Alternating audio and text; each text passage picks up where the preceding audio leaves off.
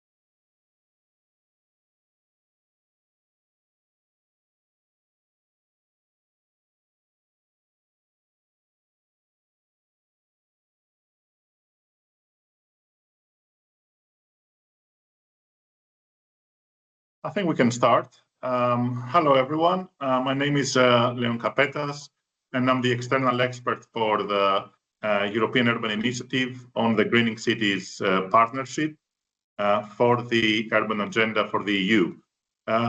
This is a webinar. This is the fifth webinar of the webinar series, focusing on engaging citizens and businesses for urban nature restoration. I would like to give you a quick intro on what has been covered so far. But before that, just to let you know that there are some house rules. Your microphones are automatically switched off, but there is the chat facility through which you can engage with us, tell us where you're joining from, ask your questions to the participants. So during the Q&A session towards the end of the webinar, we can address as many as possible of these questions. The session is being recorded, and it will appear in a few days in the partnerships website, as well as the PPTs, the presentation, so you can go through the slides. You will not be able to download, but you can look at the material. So as a background, in August 2024, the Nature Restoration Regulation was passed and voted by the member states. Obviously, it covers the full geographic area of member states. However, there is a specific provision in Article 8 on urban ecosystem restoration, which focuses mostly on no net loss of urban green space or tree canopy cover by 2030. And then after that, 2031 onwards, we expect to see an increase to what is termed a satisfactory level. So this requires a strong collaboration between member states and local regional authorities, local administrative units. This is something to be defined, the scale of implementation with the member states. What have we covered so far in the previous 4 webinars? We have looked at baselines and data. How can we understand the baseline for green space in urban canopy, tree canopy? We had experts from the JRC, the European Environmental Agency, the Brussels Metropolitan, which they showcased their example, using basically Copernicus data, but also some more detailed local data that they have produced through surveys.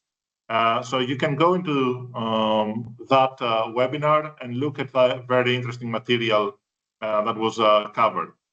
We've also discussed about how cities produce municipal roadmaps for urban nature plans and what activities they do. This is quite diverse. There is no one-size-fits-all, one specific approach. Every city has its own context, so they take their own approach based on the policies they already have, the local context. For instance, if there is a significant population growth, they would like to match green growth as well in parallel. We've also looked at building and spatial regulations for urban nature. So this looked at hard policies, but also soft policies by climatic plans from from Paris, as well as examples from Napoli. We had examples also from ESPO. So we've covered a lot of a diversity of environments from the south to the north of Europe.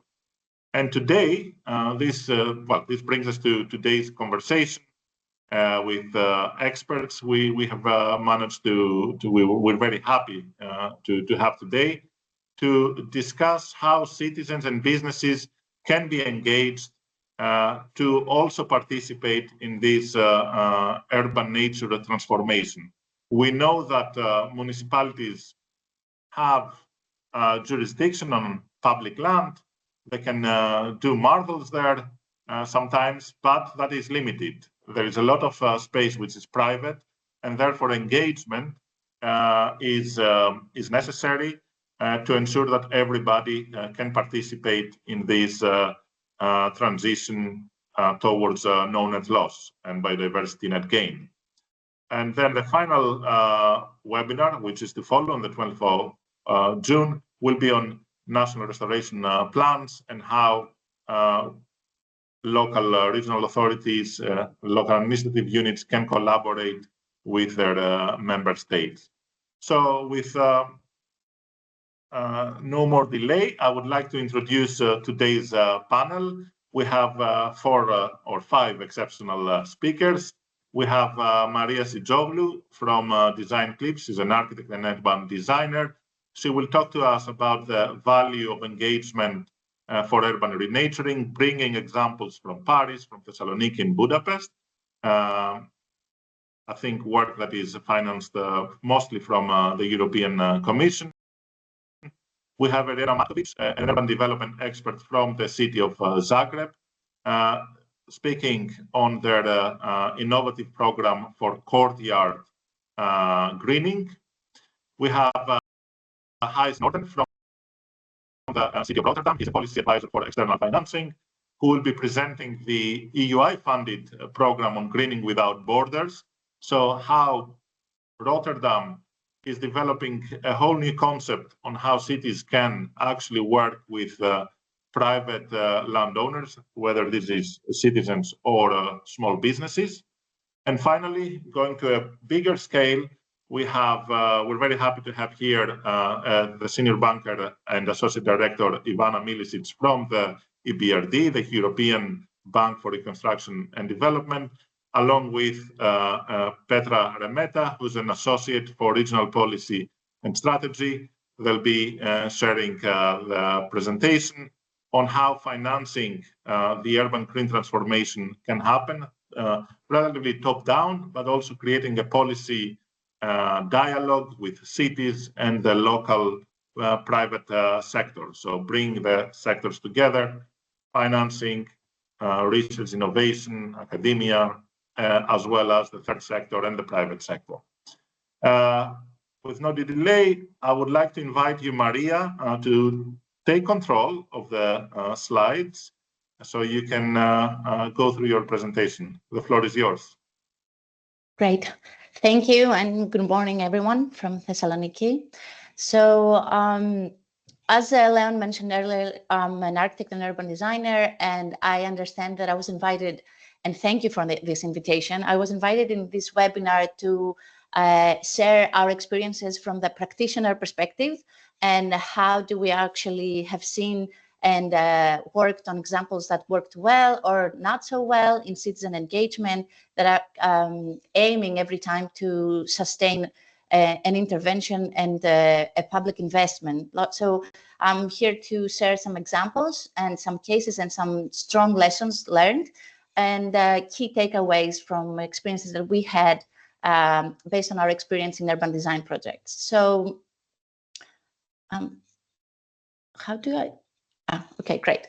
So why does citizen engagement it keeps coming up as a priority topic when we're talking about public investments and interventions? It keeps coming up in the top of the agenda because we see how it can actually influence the sustainability in the long term of such projects. So let me share an example that I feel that it gives evidence from real evidence on how citizen engagement and community engagement and clear communication can actually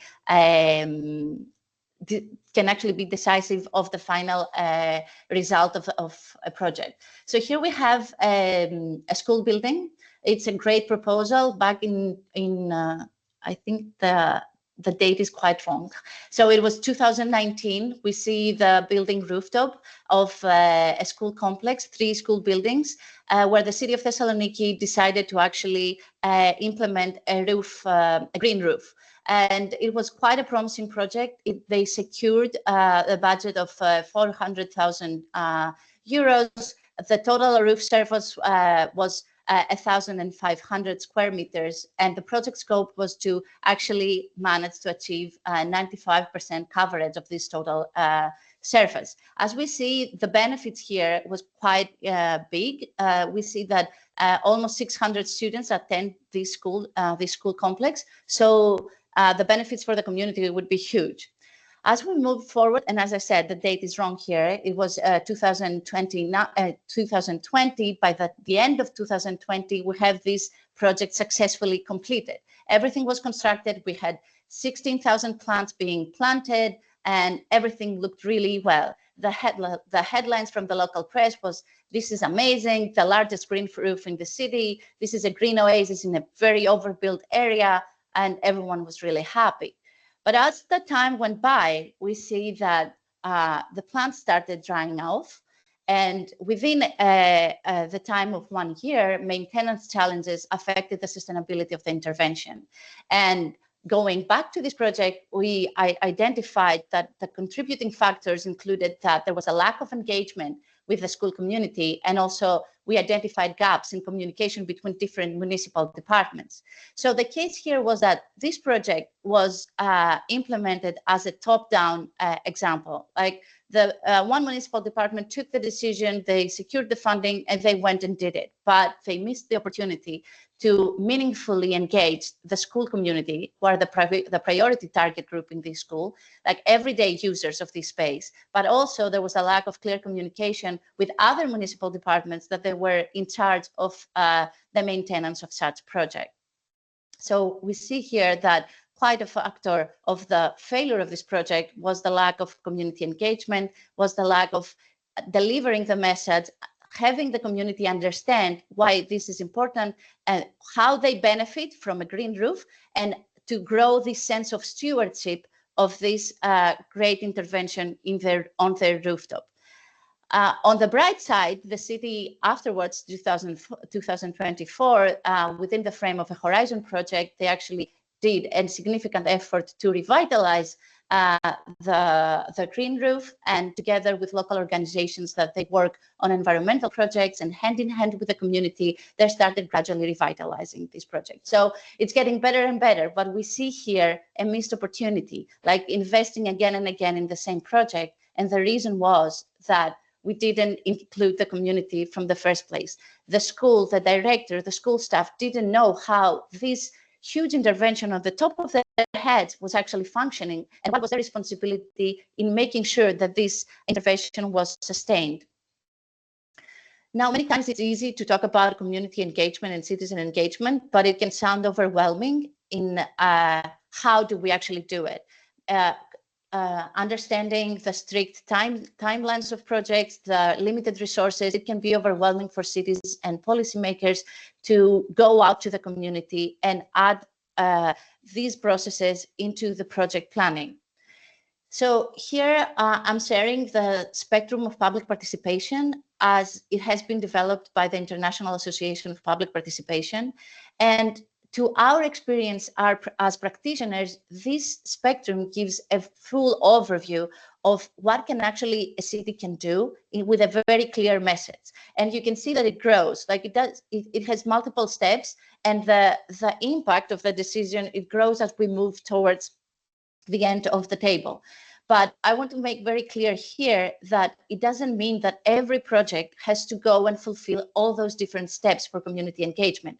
And it doesn't mean that in every step of the project, you have to fulfill everything. Even doing just a meaningful informing of the citizens and priority target groups, it can actually result in marvel outcomes of having an alliance of the local community stewards, becoming the stewards of your project that you are investing in. I'm not going to go into the details of every step, but this actually gives you a brief overview of what can actually happen. And here I have the cycle of the project, like all the stages, from the start of the project to the planning, implementation, and evaluation, and going back for feedback. So what we say, and in our collaboration with cities, is that we can engage citizens during the different stages of the project. It doesn't mean that you have to engage them in each and every step, and it doesn't mean that for every target group that you identify for engagement, you have to go to the same extent of involvement. So you can start with just informing the citizens, or you can, depending on the resources you have and the project scope you have, you can go into deeper and deeper into delivering and creating different connections with the citizens and the local communities.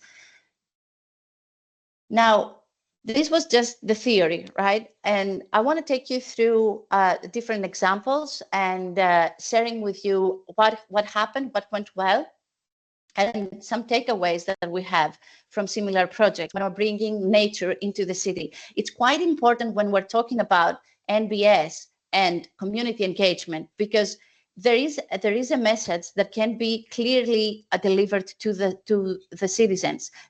What are the benefits of such interventions? Once they understand the direct benefits that they have for their health, their well-being, their everyday life, it's building more and more a sense of ownership and a sense of understanding why we need to keep this and steward these such interventions. So here I'm sharing an example of a nature-based schoolyard implementation in Paris. You might be aware of this Urban Innovative Action project that took place, and it was implemented in Paris. It was called the Oasis Schoolyards. And I was grateful, I'm grateful that I have been part of this project with the role of an urban expert on behalf of the UIA. So what was the concept of this project? It started as a goal of the Paris Climate Plan and an action plan for the resilience strategy of Paris. The idea here was that we have schoolyards in the heart of every neighborhood. So what if we green every schoolyard? Then we create a green space in the heart of every neighborhood that can benefit significantly the microclimate and the thermal comfort of the citizens of this neighborhood. So that was the concept delivered in such strategies. Then the city of Paris found the opportunity to submit a proposal for UIA. And in 2019, they were awarded of a 5 million grant to actually implement and pilot 10 different schoolyards in different districts across the city of Paris. Now, the specific project objectives here were to ensure appropriate places for children of all abilities that promote healthy development and well-being, to integrate more nature for all, to encourage citizen engagement and active participation, and create climate adaptive and cooler schoolyards. Now, a key message here is that the entry point for engagement and how the city managed to attract the attention of citizens and secure their acceptance and their interest was that they were prioritizing the children's health and well-being. So we see here that it was a nature-based solution. There was actually an action plan for climate adaptation. But if we identify and find the message that actually resonates with the interests and priorities of the priority target groups, then you gain more and more acceptance and support from the communities. Now, to take you briefly through the roadmap of this project, it started with a preparatory phase and the project coordination. Then workshops with children took place in each and every of the 10 schools. We had school campaigning and exhibitions. Then, and through these workshops, children together with experts and designers, they went through understanding, assessing the schoolyards, and then proceeding to co-creation, co-designing the schoolyards. Then experts, they actually reviewed such plans and created the technical plans. Then we had construction, and finally we had 10 pilot schoolyards ready.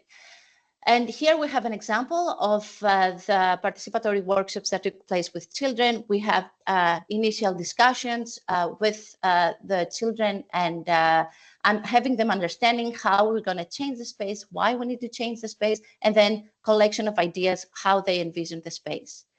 Here is one of the results. So we see from an asphalt-covered schoolyard, you see the photo before, to a nature-based schoolyard that actually really brings joy and many different incentives for children to play around, but also you can see how dense is now nature in this second case. Now, what we learned from this project is that the two key elements that secured the project acceptance initially and sustainability in the long term, and I really have to highlight here that the Paris at the moment has already transformed more than 120 schoolyards. So starting from 2019, from this pilot project of 10 schoolyards, right now, the city has been implementing, replicating this procedure again and again. And there were two key elements that helped this acceptance and the sustainability of such project. The first one was the co-design, as mentioned earlier. The second one is here, you can see photos of co-implementation. When you bring the community on board to actually co-construct elements of a space, they actually build a stronger and stronger co-ownership. So they need to steward this place because they feel they created it themselves. But also the second element, and maybe even more important, because co-implementation cannot always happen considering the resources of a project, but this tool can happen to every project that we are renaturing the city. And it's about creating a maintenance guide where within this guide, you can have suggestions on who is taking what role and who is contributing to what extent to sustaining this intervention. Once the priority groups, the citizen groups, understand and feel the benefits that they directly have from such an intervention, they're more eager to actually take action. And this has actually, this like really short and brief PDF can make such a great impact because everyone can take role, everyone can take pride of such an intervention, and they join forces to actually sustain it. So this was one example that taught us a lot about how finding the key moments and the key pieces that you can sustain citizen engagement and having a strong relationship between the cities and the citizens. And let me take you to another example that we've been working for the last year. And this actually was a work we did with the city of Budapest, and it was implemented within the frame of Up 2030, which is a Horizon Europe project. So the overall aim of Horizon Up 2030 was to support the cities in achieving climate neutrality through innovative tools, participatory planning, and sustainable interventions.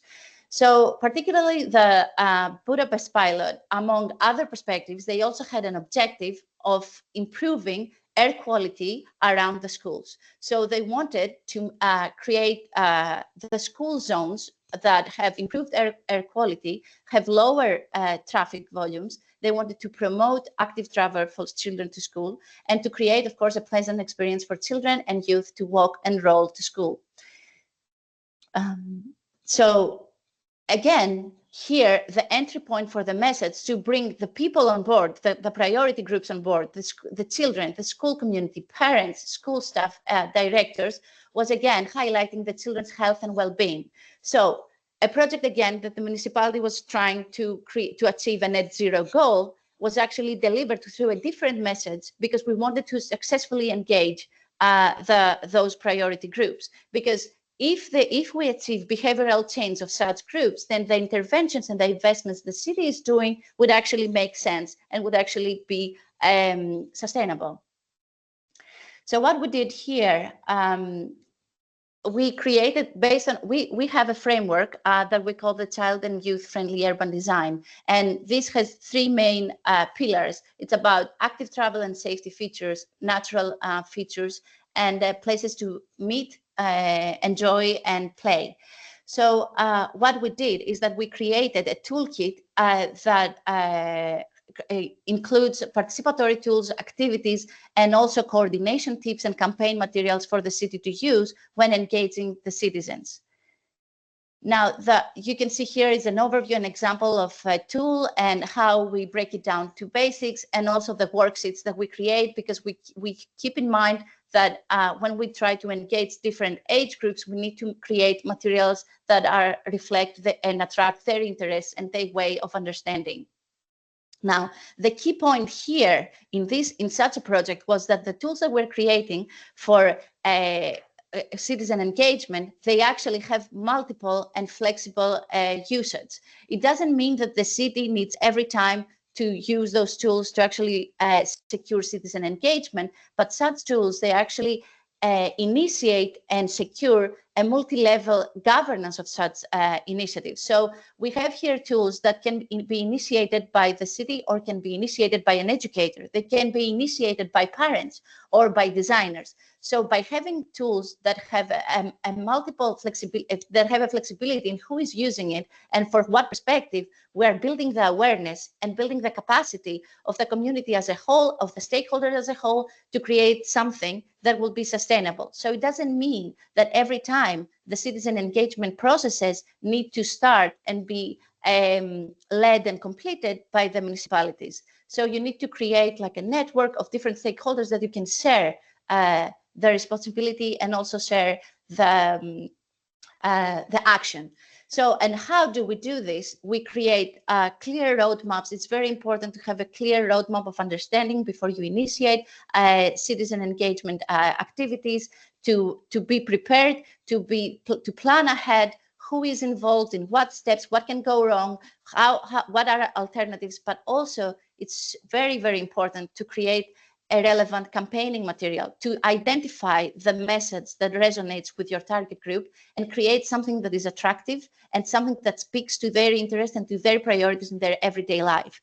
And we've seen that when we're creating something a little bit more fun, a little bit more simple, and finding the connections between net zero, but everyday life, what is important for a school director, what is important for parents, then talking to them about speaking to their needs, but also trying to align and connect the dots with the overall goal of the city, of the municipality. And with this, I'm going to close here. I hope that was I don't know, insightful, and looking forward to reply to any questions you might have. Thank you. Thank you, Maria. Yeah, certainly it was insightful. And I think people enjoyed it. I have my own takeaways. We're connected for a long time, but every time we discuss or I hear a presentation from you, it's some messages that stand out. But for me now, I realize that greening is not just a piece of infrastructure.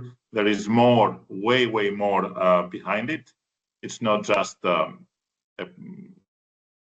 well, like building a piece of concrete somewhere where you just need a civil engineer. Engagement takes money, takes expertise, takes time. It takes training materials, training the local ecosystem. And also something that I really think is important, which you mentioned, is the messaging. Try to use the things that resonate to the public. So if climate and net zero doesn't mean anything to them, because it's not relatable many times, health is, play is, reducing traffic is relatable. So yeah, these are things, opportunities to exploit. I can take a quick question from the audience.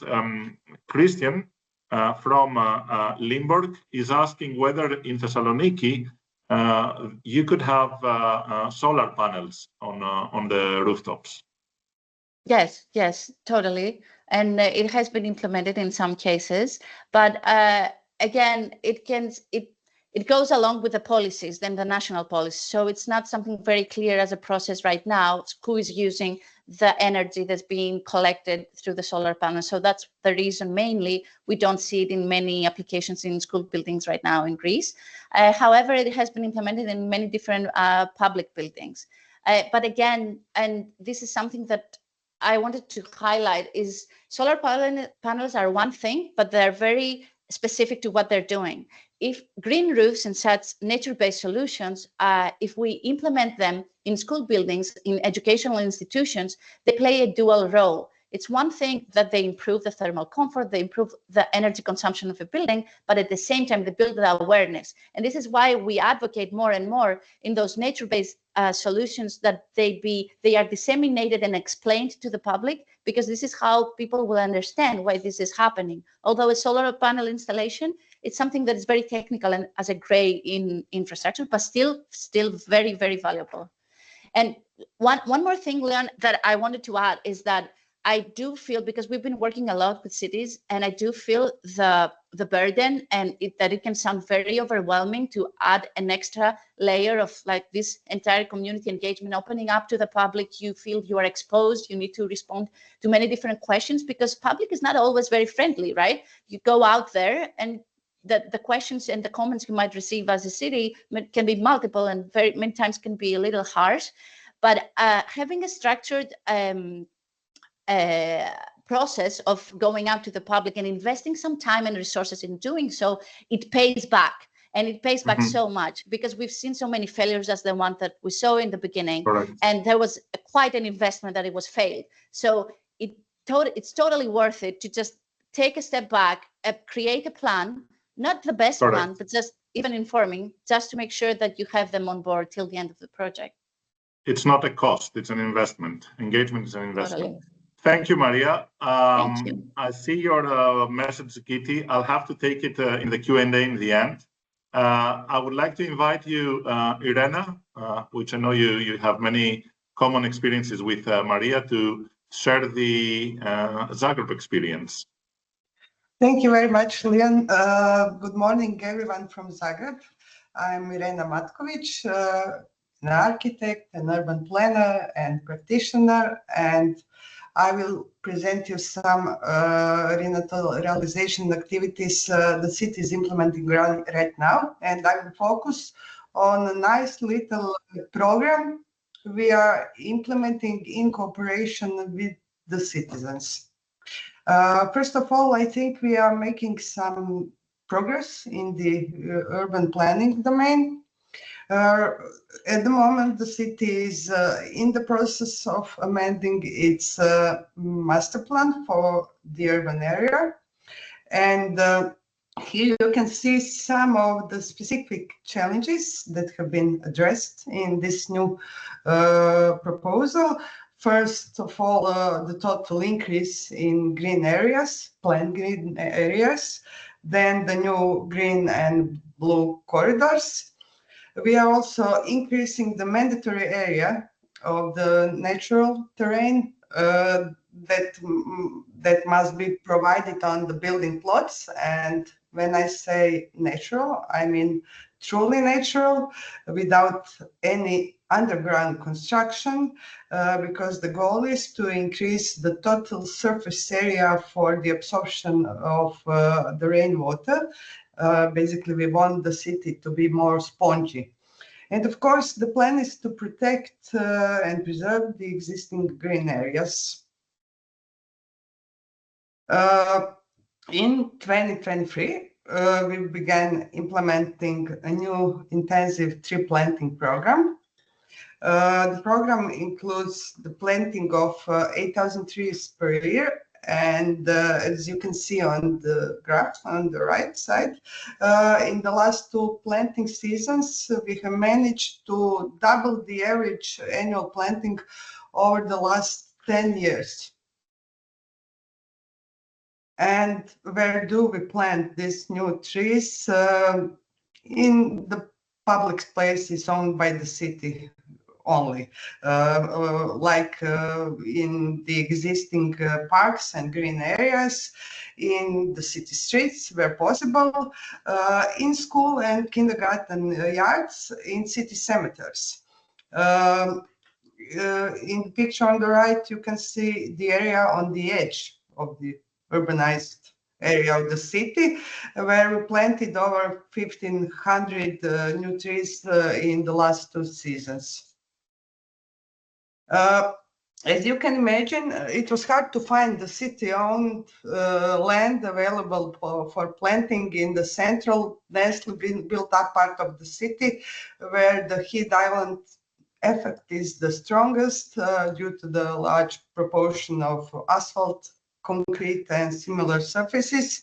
So this very question, where to plant in the city center, was the seed for a new approach that involves partnership with the citizens. And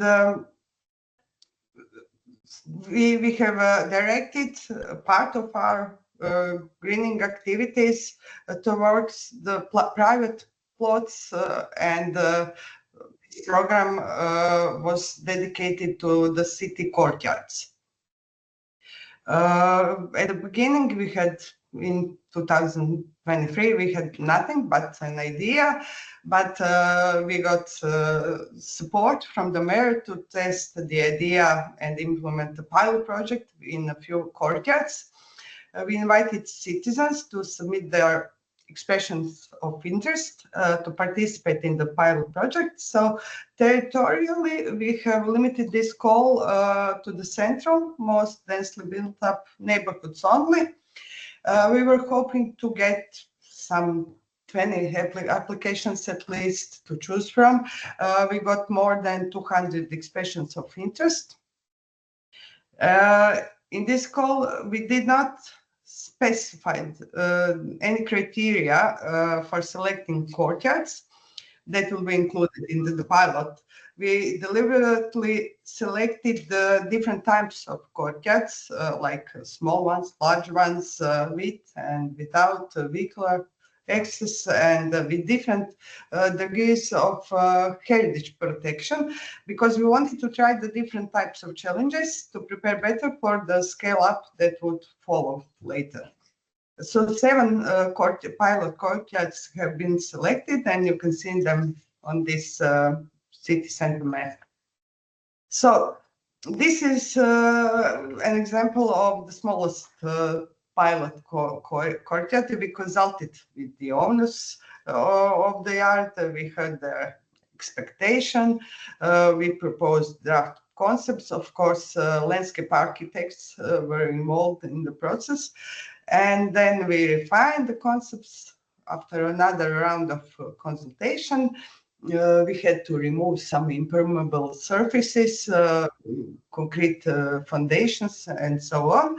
So this is what it looks like today, and it will be even greener when these trees and plants grow.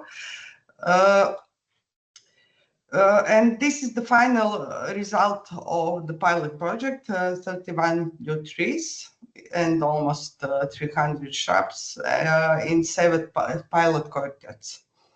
And simultaneously with these activities, we submitted a project proposal to the Net Zero Cities platform call, inviting mission cities to propose innovations for rapid decarbonization. And we were selected, and the project Activating Green Courtyards for Carbon Neutrality is now funded by the Horizon Europe. So I have to admit that the key benefit of the project for us in the city administration is that we are not alone in this anymore. We have partners, the Zagreb Faculty of Agriculture, the Creation Society of Landscape Architects, and others, and NGOs specialized in sustainable community development. And one of the first activities was based on the experience we gained in the pilot project. We have prepared, and the City Assembly has adopted a new act, the so-called Courtyard Greening Act, in September last year. And this act establishes the courtyard greening as a matter of public interest and provides a list of activities that city finances in full And you can see this list on the right. It includes removal of impermeable pavements, tree planting, rain garden landscaping, but also some urban furniture, birdhouses, insects, hotels, and similar activities. So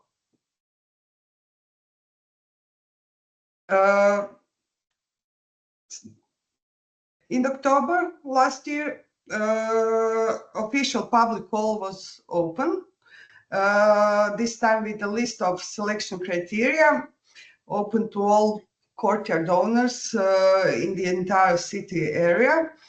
And green dots indicate courtyards that met the requirements of the call, and they will all be greened in next 5 years. Here you can see some of the courtyards that have been selected for planting and for greening in the next planting season. That means from October this year. Here you can see some more, and it's hard to imagine them as future green oases, but we will do our best. Meanwhile, our partners from the Faculty of Agriculture are organizing workshops for citizens in different city quotas. And let me remind you that these are the citizens of the very center of Zagreb, and they know little about gardening, but they're all willing to learn. When I'm asked about the courtyard greening program, I usually compare it to adopting a dog or a cat from a city shelter, you know, because once you take it, you have to provide it with good care and lots of love. And in return, you will get probably better quality of life. So we hope that these small green spaces can act as stepping stones in supporting natural processes in the urban environment. And we want to change the current situation from something like this to something like this. And we also hope that these new green courtyards will encourage neighbors to socialize, maybe even to make joint decisions of further improvements of their property, of course, in terms of sustainability. We always try to provide them with some urban furniture to create a comfortable place for them to sit and chat over a cup of coffee. So this may be the hidden goal of the project, to strengthen or to revive some neighborhood ties. And this is Jana. Jana is our project team member. She's a young scientist who will use her knowledge of environmental psychology to better understand the residents' motivation for applying to the program and the benefits of greening for their well-being and quality of life. And her insight will allow us to track the outcomes of this program further than just through the greening intervention. We are interested in the human perspective too. So this relatively undemanding program has attracted more media attention than some larger or financially more demanding projects, and it has also received almost unanimous public support. So in the last report on the national television, the courtyard owners were interviewed too. So I have tried to translate some of the impressions.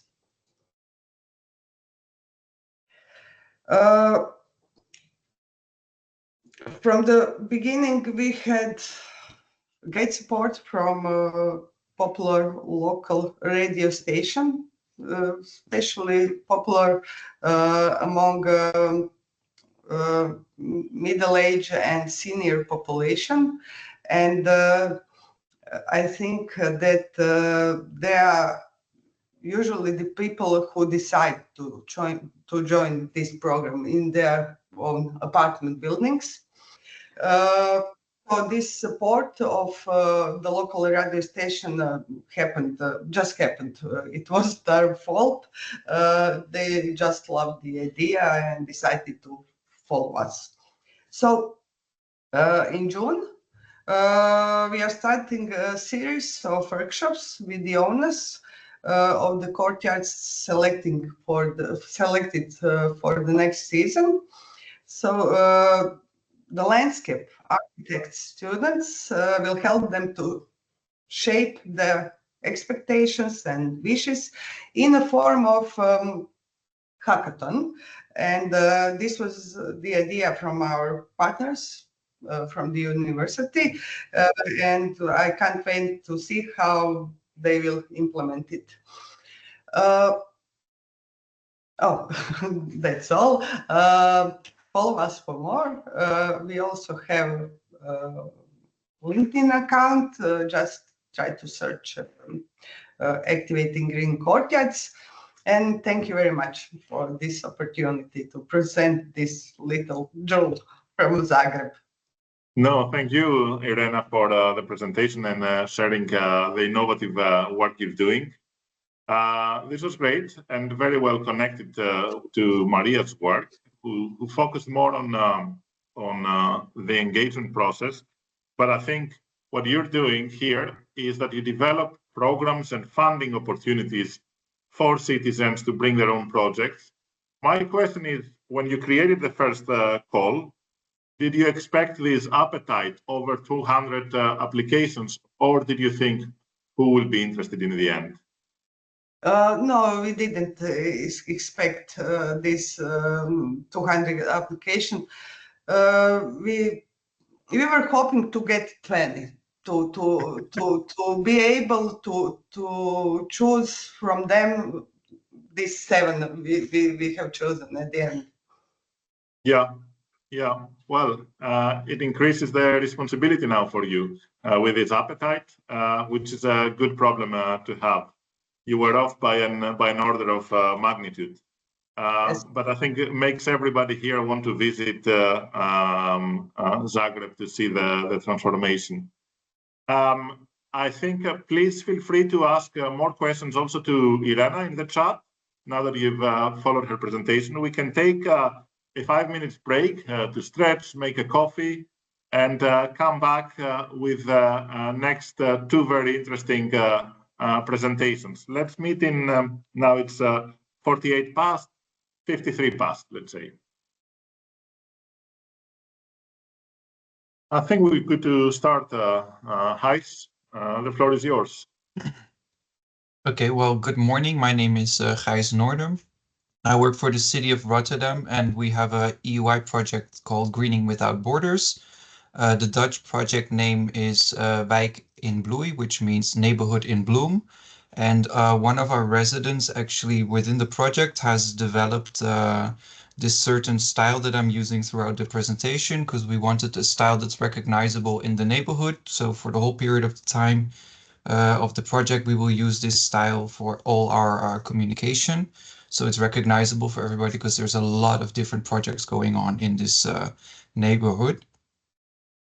So today I'm going to tell a little bit about the city of Rotterdam for those who do not know the city, and a short project summary, because it's a very complicated project with a lot of different factors.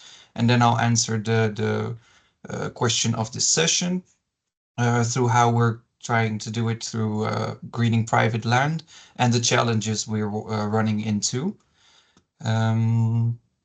So the city of Rotterdam, we're located in the west of the Netherlands. near like an hour away from Amsterdam. We're known as the Port of Europe, and we have around 672,000 residents, 390 square kilometers, and this is important. 60% of our land of the city is privately owned, and of those privately owned areas, also 60 to 70% of the housing is governed through housing homeowner associations.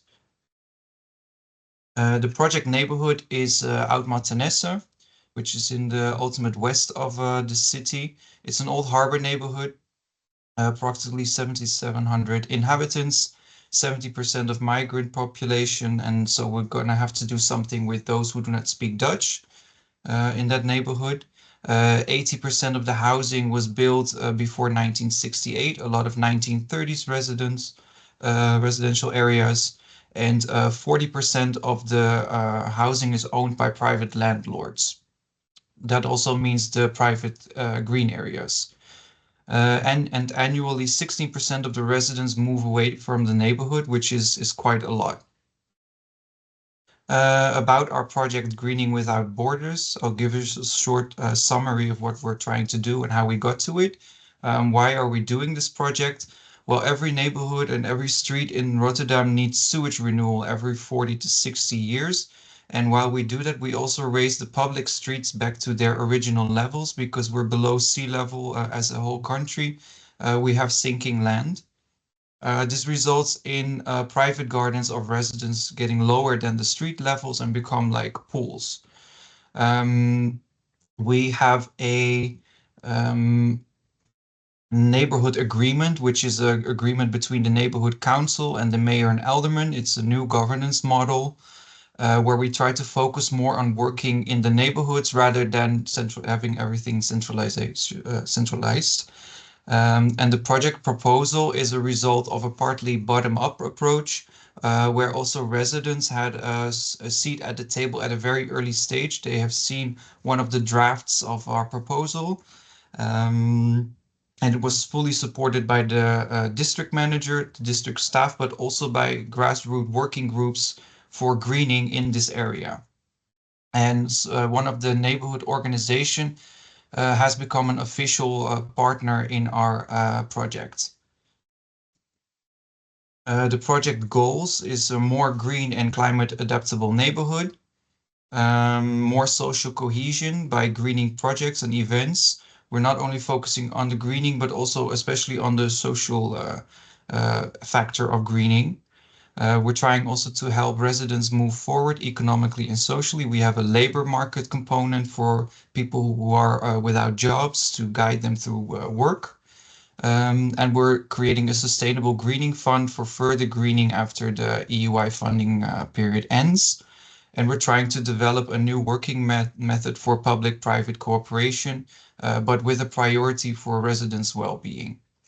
We're not just looking at the green, we're not just looking at the stones, but also at the residents who live there. We have divided our project in roughly 3 main pillars. One is really the greening.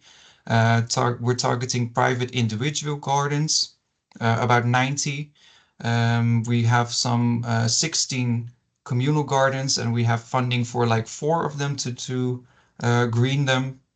We have what we call no man's land, which I will tell a little bit more about later in the challenges, and small greening solutions. And we're trying to tackle this by offering green blue packages to increase the biodiversity and the resilience against, well, the flood, the drought, and heat risks.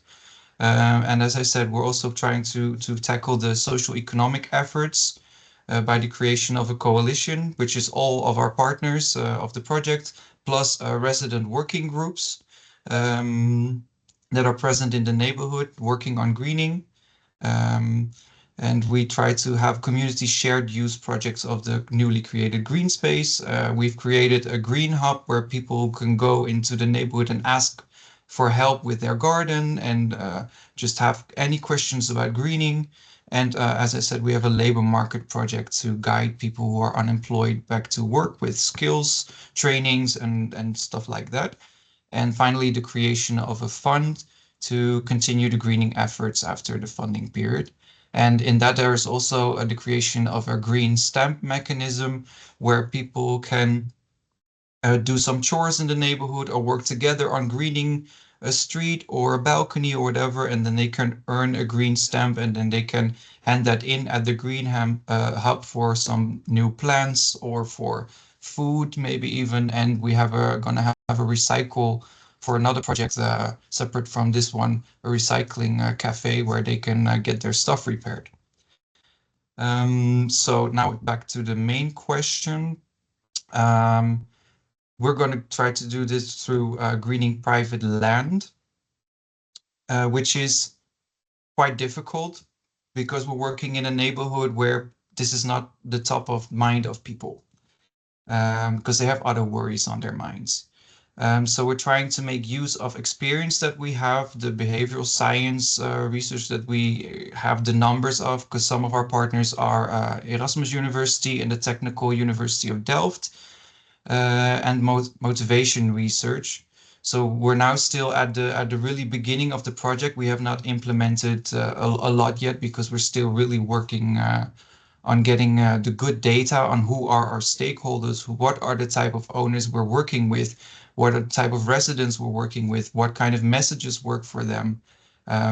What we do know is that we need to be taking away barriers by developing low threshold all in green blue packages that people don't have to worry. But if they do want to help us green their own garden, they can of course step in and help, but we will take away barriers for them.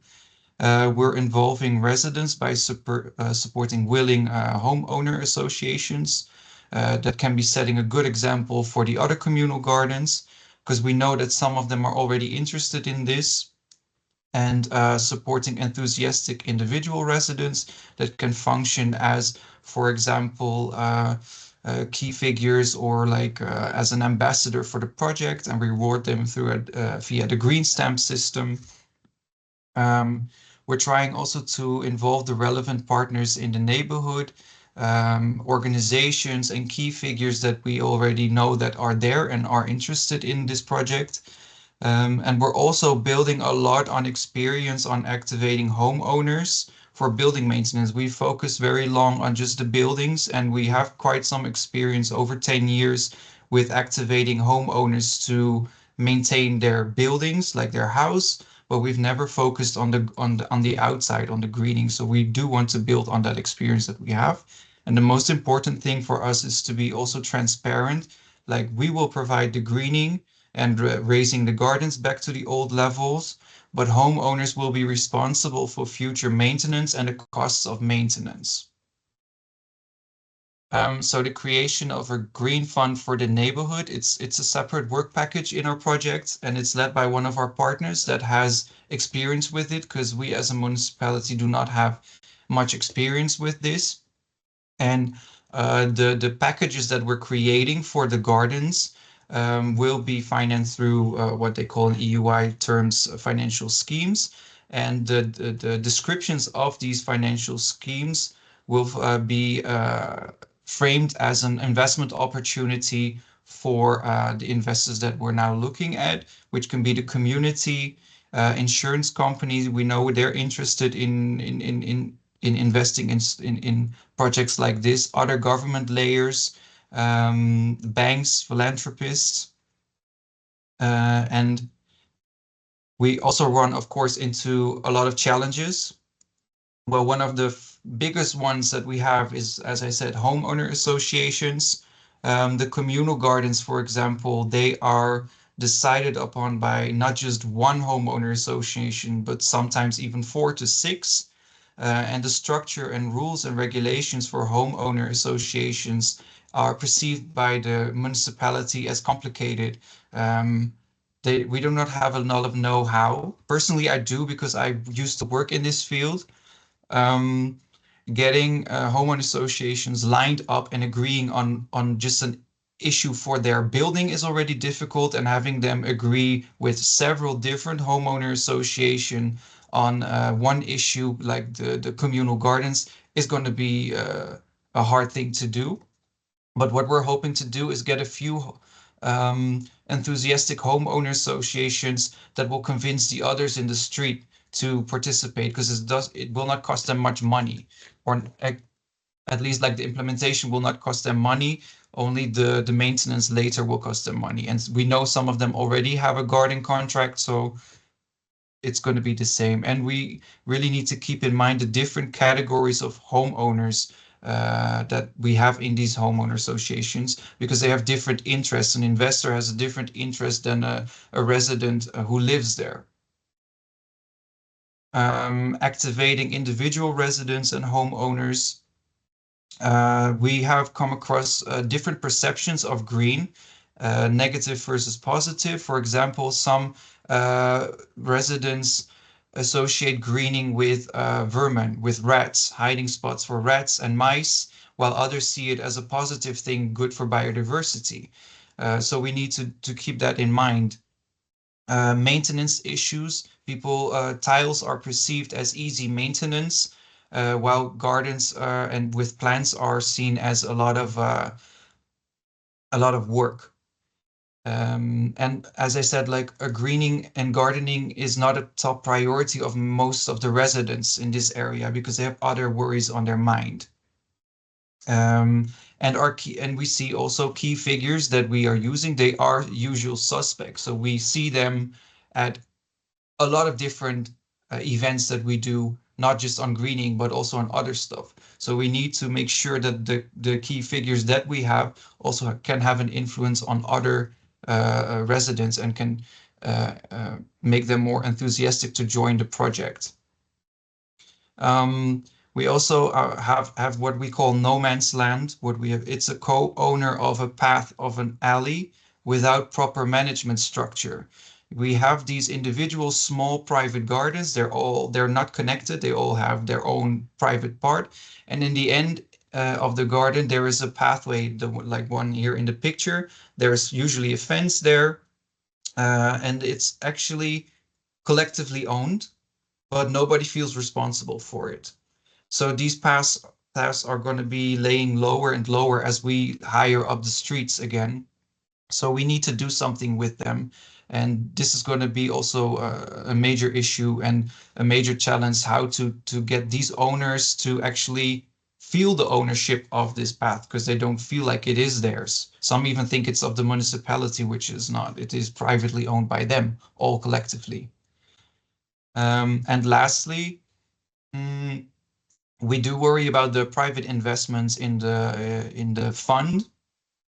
We know that there is interest from our network, from insurance companies and banks, and we have one of the top researchers on board from the technical university who has a lot of connections.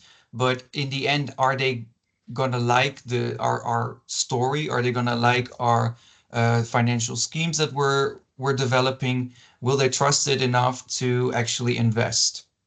So those are some of our challenges that we're working at, and we're hoping to we're now really taking stock of all the different elements and building up our plans. And we're hoping to start implementation next year. We'll already have the small green hub in the neighborhood, and we're starting with small green events. So people already get to know a little bit about the project and get to know our style and get slowly more curious about what else we're going to do. Fantastic. Thank you, guys. And it's great to always see the innovative work that Rotterdam is doing, always a step ahead, thinking of creative ways to implement new projects. What I found important, I would say, is the being transparent aspect. You're building a private-public partnership model in essence. So it's important to understand how benefits and responsibilities are shared among the partnering organizations, people, and so on. You have already a few questions in the chat. It would be great if you can take a look and answer some of them. Some of them we might have the time to take after the end of after the final presentation. Thanks again. And I would like to move on to the final presentation. Our colleagues from the EBRD, please feel free to take control. Petra, is it you presenting? Great, thank you. Both me and Ivana, thanks. Thank you. Thank you very much. It's Petra and myself together, so I will start. As I mentioned, my name is Ivana Milicic. I'm coming from European Bank for Reconstruction and Development. I'm actually based together with Petra in Zagreb, so it was very interesting for us to hear the presentation from the city of Zagreb and Ms. Matkovic. So I can only confirm from my first-hand experience, I live in central Zagreb, so the project is great success, and we want to see more indeed of kind of this type of the project. Also, if I may add, Rotterdam is an inspiration.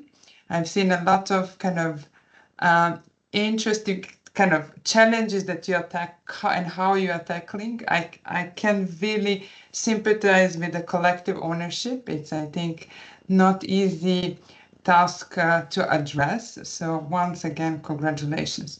Now I will move. Petra, you're in control, so maybe on the first slide.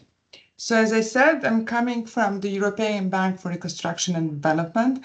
It's a bank established in the 90s. And actually, it's based in London, but they have offices across the Central and Eastern Europe, including Zagreb. For example, Zagreb is a regional hub for Croatia, Slovenia, Hungary, Czech Republic, and Slovakia. So we will address through the presentation, maybe I haven't said a little bit about the structure, indeed how we operate. As a bank, it's a mix of investments, but also policy dialogue and advisory support.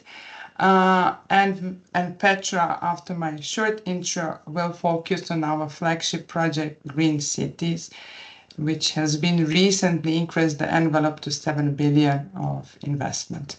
So maybe back a step back. So indeed, bank is established in order to kind of to develop sustainable market economies in the areas, as I mentioned, based on following transition qualities. You can see here competitive, governed, inclusive, integrated, resilient, and green. Now, during our presentation, indeed, green is for us absolutely important. And through the investments policy reform and advisory, we are trying to address it. Maybe if you could move to another slide. So it indeed started in very early, very shy 90s, but kind of after 2000 in full swing. The bank focused very much on methodology in order to justify kind of our green investments and support to the beneficiaries. So introduced green economy transition in order to measure, but also, as I said, to have a systematic approach in order to evaluate the project. So in a nutshell, with a bank of 16 billion per year of new investments, we are very much committed. Initially, it was 49 to 50% of our business volume to go into the green projects. Here you can see some of the results and impacts. In order to achieve that, indeed, as I mentioned, maybe in the next slide, we are doing it, I think it's very important to emphasize in a following way. As a bank, we indeed looking to support sustainable investments. So they can be done in different shape and form. It can be with both public and private sector. So in order to encourage more not traditional investments that each kind of commercial bank, for example, can do it, we are engaging together with authorities, both national and local, in order to support them in green kind of transformation and in order to help with the legal framework, best practices. This is on a high level when it comes to the policymakers.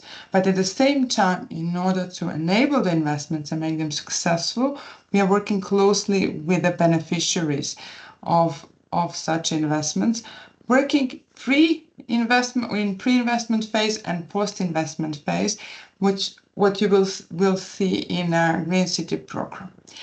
Also, what we tend to see as very important, as I mentioned, we are having 40 offices. Being close to our policymakers, but also beneficiaries and others is crucial.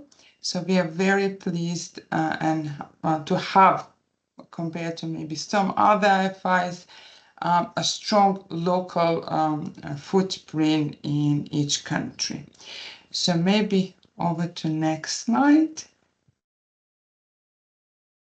Here I will actually give Petra to continue to say a few words about green economy transition and then move to our very successful Green City program that maybe some of you actually we recognize yourself. We have kind of more than 70 cities in kind of either discussions or being approved as a green cities. Over to Petra. Thank you very much.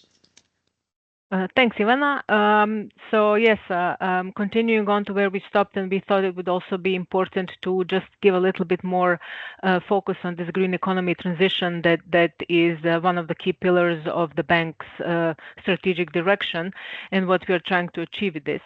It is essentially a methodology that the bank has committed to make sure that everything that we do essentially is aligned with the highest sustainability and climate standards at the EU and global level. And essentially, this means that every single, let's say, transaction that we are considering gets screened through these criteria for the contribution to the climate mitigation, climate adaptation, and broader environmental benefits. It also means that the bank, being fully committed to the Paris Agreement, does not fund fossil fuel projects, for example, and we are also striving to ensure that all of the work that we do is at the higher level of ambition, making sure that we can really make significant contributions in this green transition focus that we have.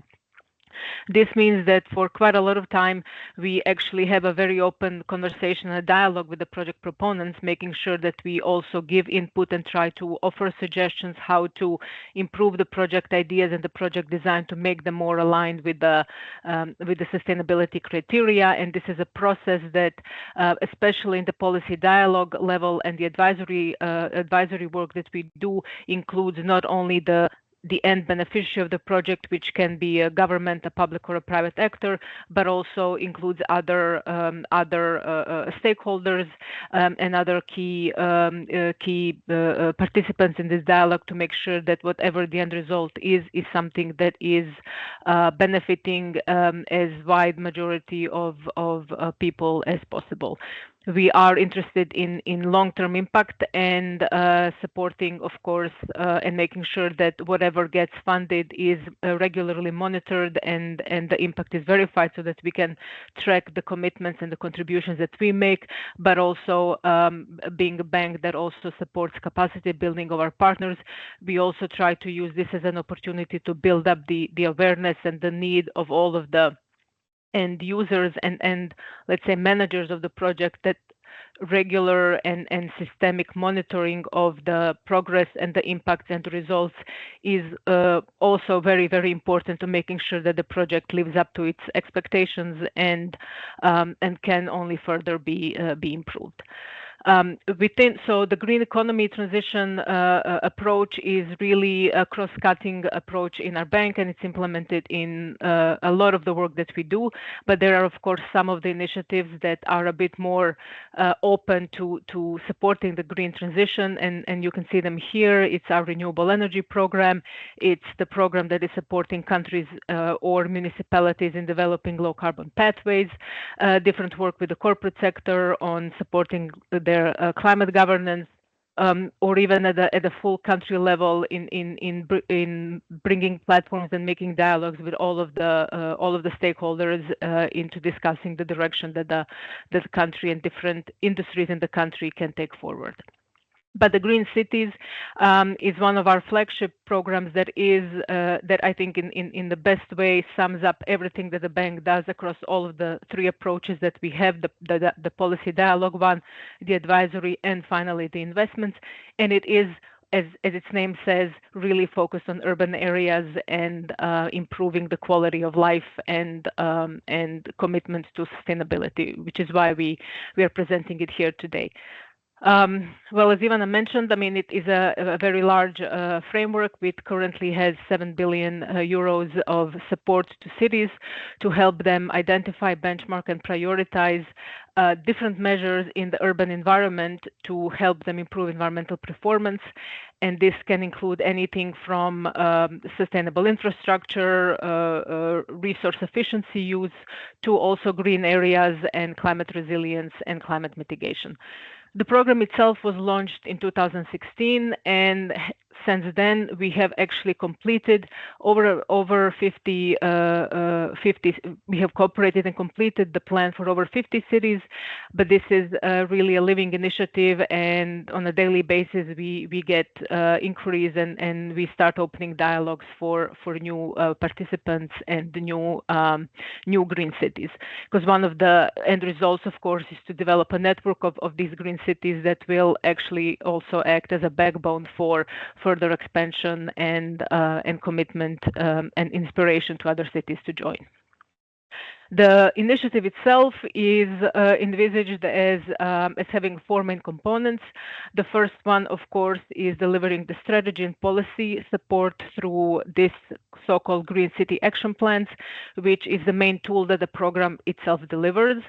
It's an element where the bank, together with the interested city, brings in one place various experts and stakeholders to start discussing what is the issue and what needs to be done to formulate what is known as the Green City Action Plan to implement in the further stages of the city's work. The second stage, of course, is facilitating and stimulating investments, and this is the most important part of the program itself, because a Green City Action Plan is a piece of paper. Where we are seeing impact is when we actually are able to match the needs with the financing and supporting the actual on-the-ground development of all of the different measures that are a part of the action plan. And this is something where the bank also supports some of these projects with own funding, but it's also an element where we try to promote and support the city in accessing other types of funding beyond just what our bank can offer. The idea of a Green City Action Plan is not that it is an exclusive document between the bank and the city. It's a document that the city can use for all of their further development plans, financial discussions, and mobilizing and accessing financing from different sources. Another step is the capacity building and the technical assistance. This is something that is provided within the project program, where the idea is that we bring in together all of the needed expertise that can help the city itself develop the best and the most appropriate measures to meet their objectives of becoming a green city.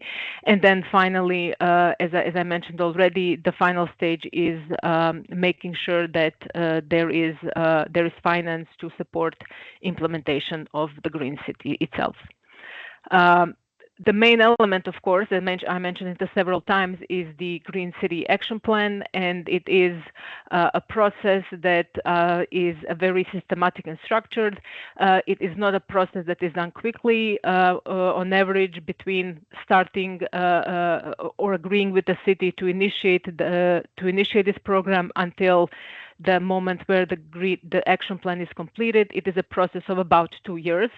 This is important to mention because the idea here is not to quickly develop something. The idea here is really to take the time to make sure that all of the stakeholders are included, to make sure that the key issues are really well understood, which is what we do in the first step, the baselines, to discuss with the city officials, with the stakeholders, with the experts, what are the main pressures, the main challenges that the city has, and then develop essentially a list of priorities that in this particular action plan the city would like to address.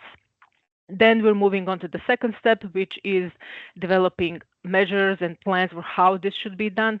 We of course start with setting up a vision and strategic objectives and targets, but sort of the most important part of the plan are the actions. These are short-term measures that can be implemented within 5 years, and something that is needed as steps to get the city to meet its green city objective. The plan itself, or the measures, are developed at the sufficient level that can allow that they can actually act as almost an investment plan for the city. Actions are detailed, they are costed out to the point where the city can really understand a bit better how much additional financing they would need for specific measures, and to develop their own plans on how to eventually implement these actions. After that, of course, after the Green City Action Plan is developed and formally adopted by the city, implementation can start. And this is a moment where sort of the moment in the cycle where a new phase starts. The Green City Action Plan itself is a project that gets the city to have the action plan. Everything after that is a bit of a new stage, of a second stage of development. This is also where the bank engages very much, and within the mandate that we have and the strategic directions that we have, we also engage in supporting and financing specifically some of the actions that have been identified in the Green City Action Plan.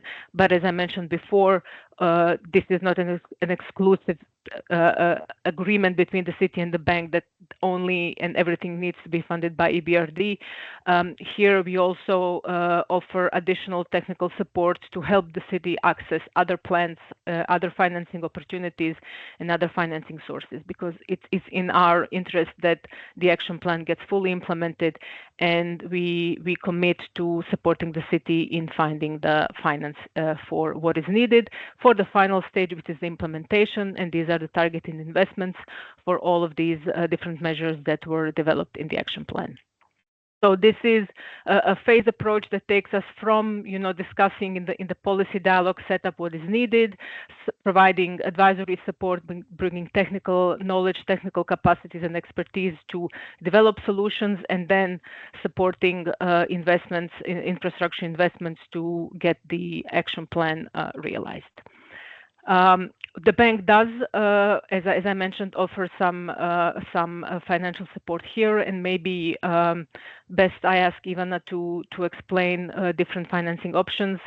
This is more in her purview than mine. Thank you, Petra. Very much, as I mentioned, our counterparties in terms of the beneficiaries of EBRD financing can be different with counterparties. Indeed, central government, but when it comes to green cities, we are focused on municipalities, public service companies, and private companies. Indeed, in terms of in context and based on the structure, if needed, to be supported with our financing, while the advisory and capacity buildings in very much focus on the public sector. So indeed, as we mentioned, here are the basic conditionalities. As Petra said, we are trying to mobilize other sources of funding, also to look at concessional financing, to write any kind of sweetener needed. It's very much custom made, so it's not a program that prescribes 10 years, fixed rate. It's, X%. It's very much customized as the GCAP or a Green City Action Plan, how we call it. And the products can be also different structures, secured, unsecured. It can be also, we can participate to support cities to issue the green bonds, sustainability linked bonds, provide as well advisory in that aspect. So I think very open for structuring in particular financial products as needed. Sorry, I had my camera off for a moment. So yes, this is the variety of the product that we can offer in order to support the investments. Over to you, Petra. Thank you. Thank you. So as I mentioned before, we have over 50 cities that have actually went through this program and completed their action plan, Green City Action Plans. And we're bringing 2 examples here today only. It was very difficult to pick only 2. But we settled on the city of Sarajevo as one example.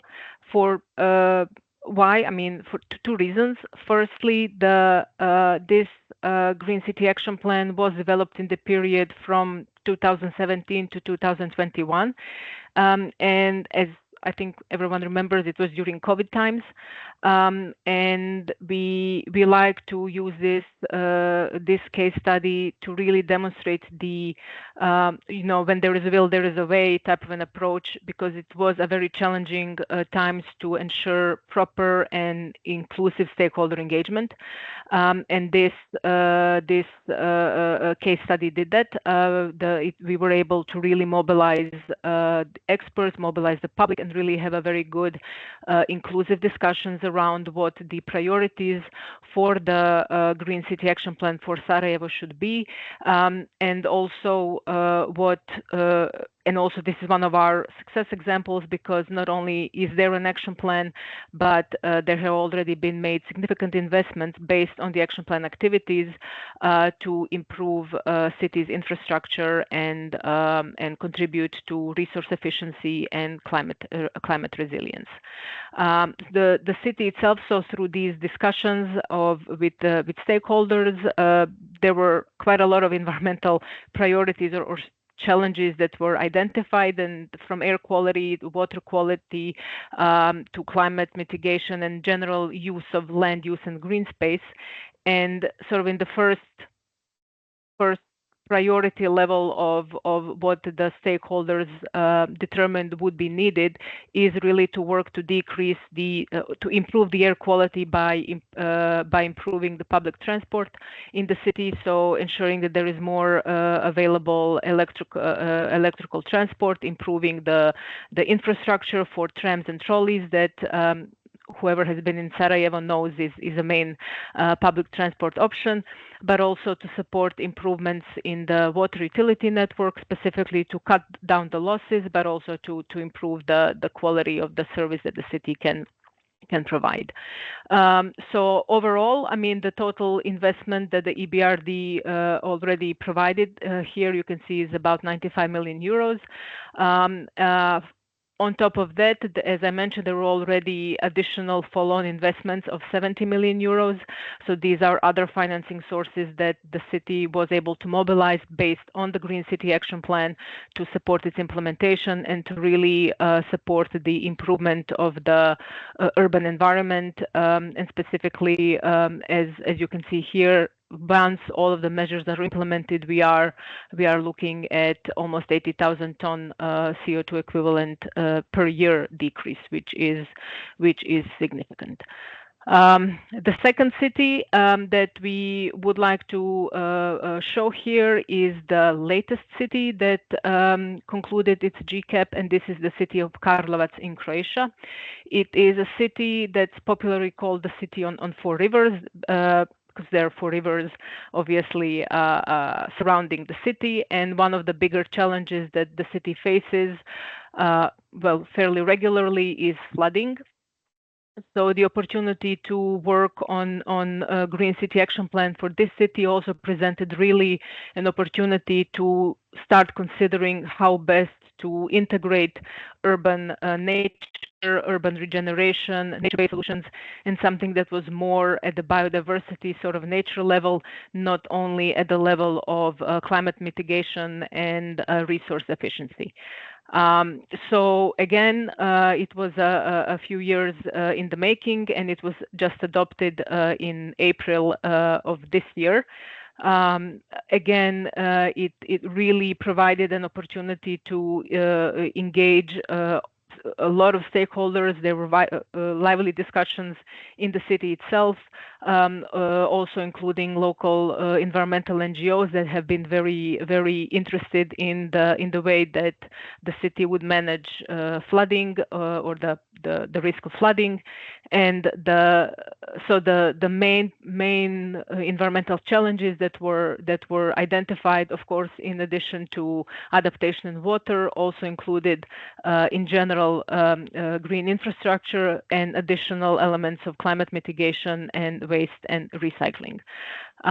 There were, as you can see here, quite a lot of strategic objectives that were developed within this action plan, and they were all accompanied with specific actions that will support their implementation. The one, or well, let's say the two that we are quite happy actually to see are 5.1 and 5.2. Which, as I mentioned, are related to green infrastructure and nature-based solutions, and they are foreseeing regeneration of urban green areas in the city itself, but also nature-based solutions to support, well, to minimize the impact of flooding in the city and to give more room to the river, which I think is a concept originating in the Netherlands as well. So there's that link again. And we are actually very, very happy to and very excited to see what happens next. As I said, this was just adopted, but we wanted to bring it up here because it was one of the first Green City Action Plans that have this very strong nature component in it. So what we are looking for is the next steps of working with the city to see what of this the bank can fund, and what of this we can work together to help find additional sources of funding to see the measures implemented. But overall, the program has seen quite a lot of success. There's been, as you know, over 50 cities, almost 3 billion euros that the bank itself invested in infrastructure, accompanied, of course, to the 7 billion euros that the whole program is worth. And what we are most happy with is the contributions that so far were made to climate resilience, and the number of people that, you know, when you take all together all of the cities, we were able to support in having better urban environments to live in, which is over 76 million, is something that we are very, very proud of, and we are quite eager to continue working on this program. And that was it from us. Our contacts are here in case of any additional questions or interests. For more information, feel free to reach out, and either Ivana or myself will be very happy to help out. Thank you. Thank you, Petra. Thank you, Ivana, although you already left. Thanks for the great presentation.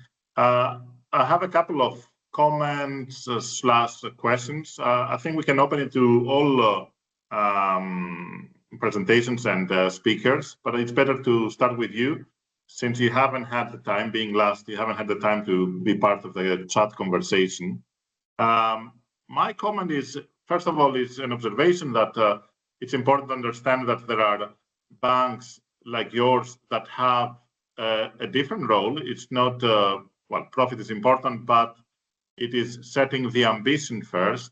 So investment is going in the right direction to meet societal challenges and improve quality of life in these countries, in this case, the eligible ones for funding. One question here for me, from my side, is your starting point is creating a plan, which is like a bigger program, whereas so far we've been seeing projects, smaller things happening in cities, very innovative, very interesting. But here there is the concept of being a program where things are looked at top-down, more strategically, systems interactions. Do you feel that once you've done this large-scale program action plan, is it creating more opportunities for localized projects?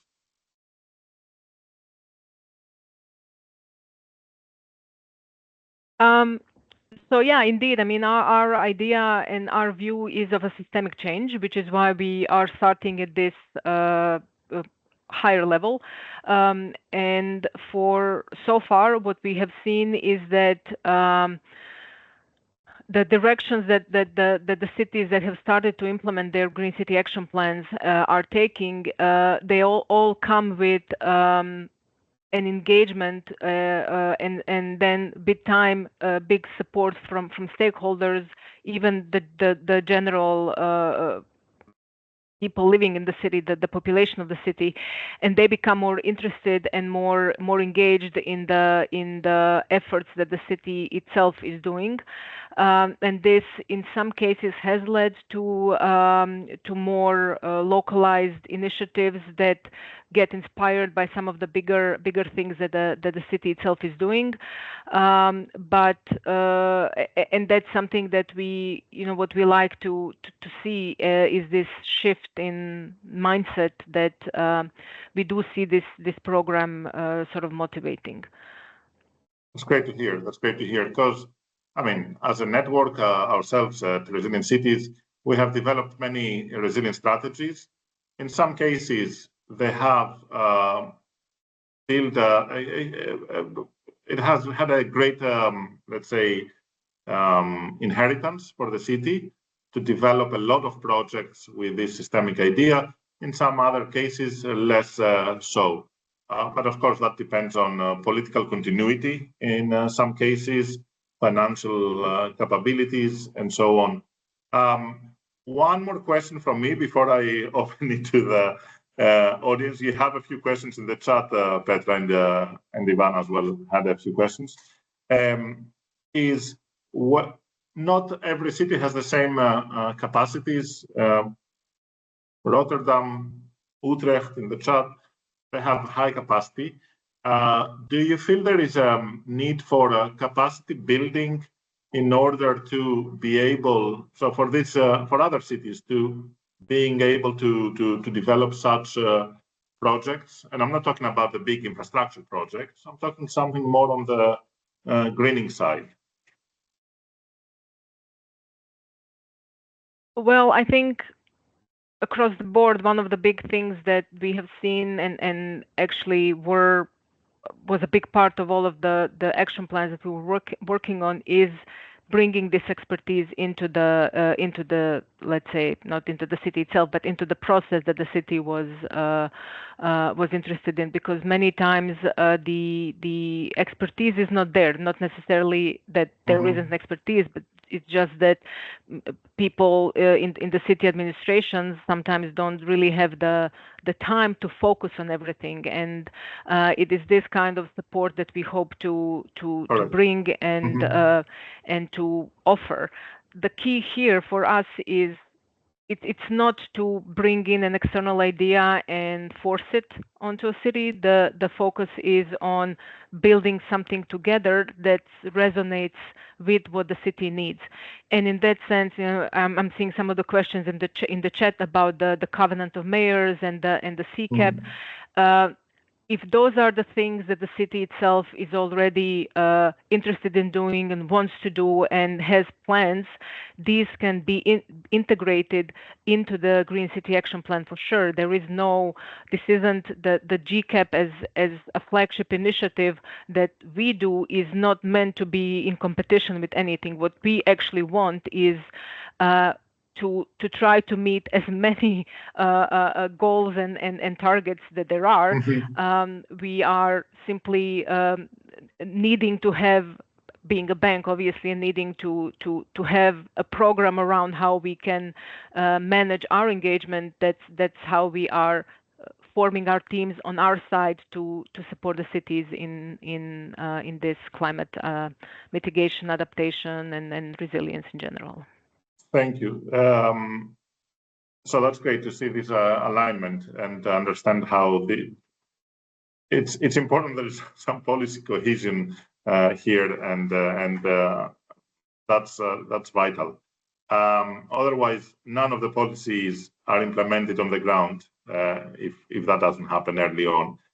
We have a question here from Giti, specifically for Sarajevo. You mentioned the follow-up investments for Sarajevo. Are these from private investors or more from public organizations? So for now, because the priority that the city identified was really improving the infrastructure, all of these were linked to some kind of public utility, either water utility or public transport companies in the city itself.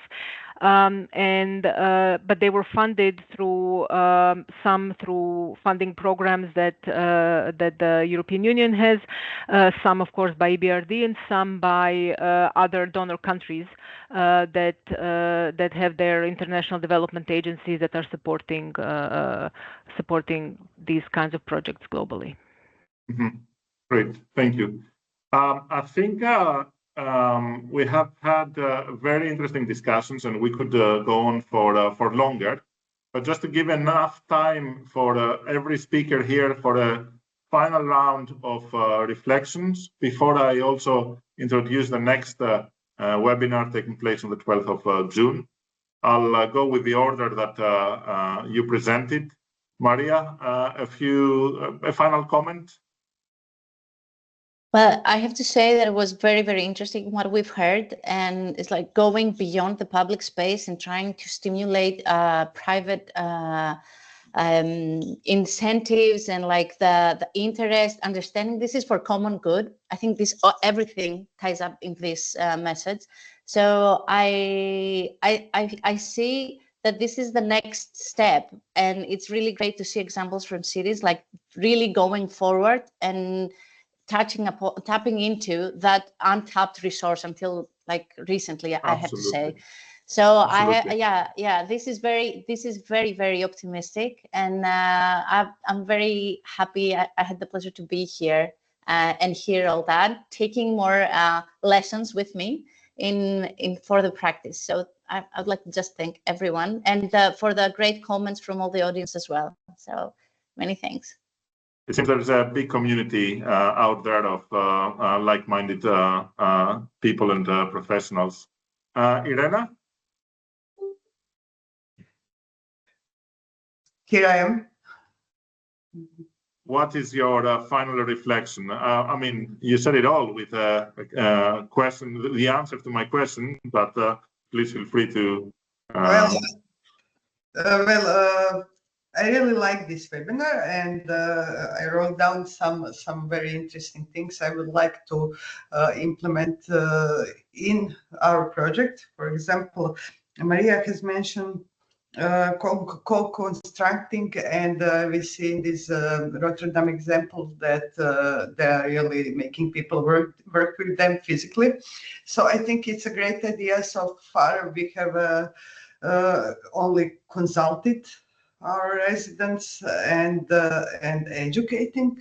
We have educated them, but I think it would be good to get them to work with us. So I think it's a great idea. I also find the idea of the greening fund very, very interesting because we had one question for one large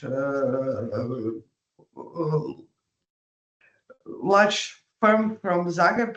How can we contribute to your program? So maybe establishment of a special greening fund would be a good idea for us too. So thank you for the ideas. I will think about them. And thank you for everything and for the invitation. Likewise, thank you for joining us and for your insights. Gijs, over to you. Your final comments, reflections.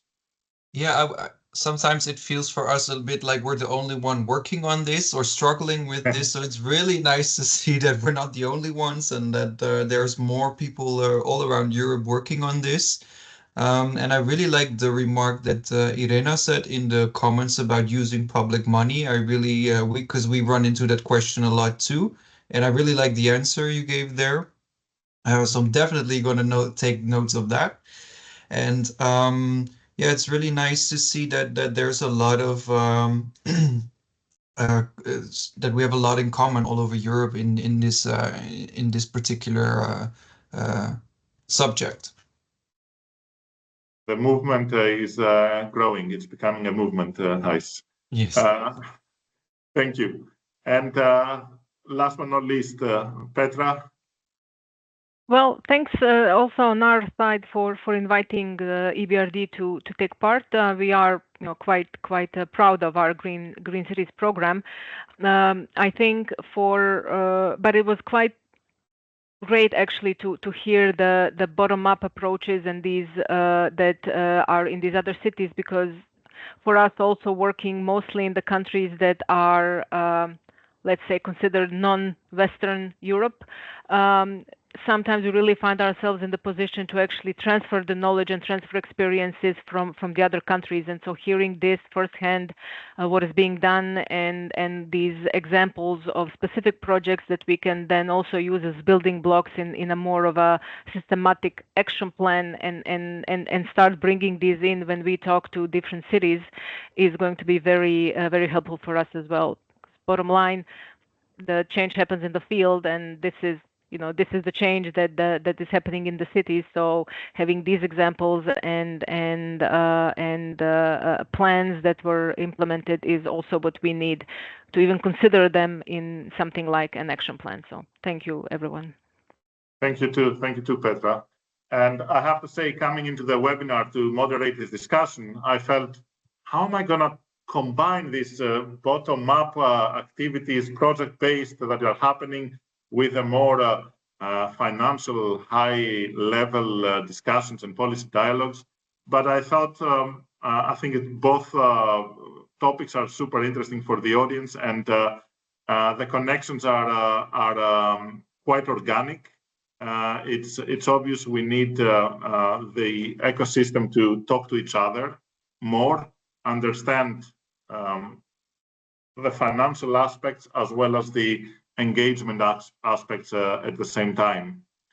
I'd like to thank you all for being here today and sharing your extensive experience and insights from your work. I think it's been very useful for the audience. I would like now to only share the last slide of our presentation here. Thank you, Haris. You super prompt.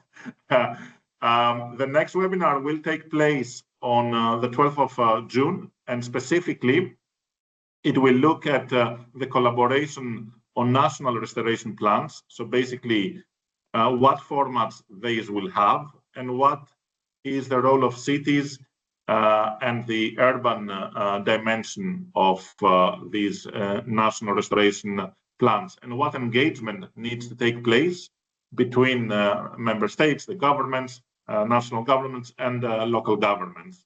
The speakers we will have are from the Forest Ecosystem Restoration of the European Environmental Agency, Christian Kvist, as well as Axel Griffon from the Council of European Municipalities and Regions, Laura Maki, she's a senior advisor for the Association of Finnish Cities and Municipalities, and last, Virve Hokanen, who's a senior specialist in the Ministry for Environment, again in Finland. So it'd be interesting to hear from them how they plan to do this coherently and collaborate.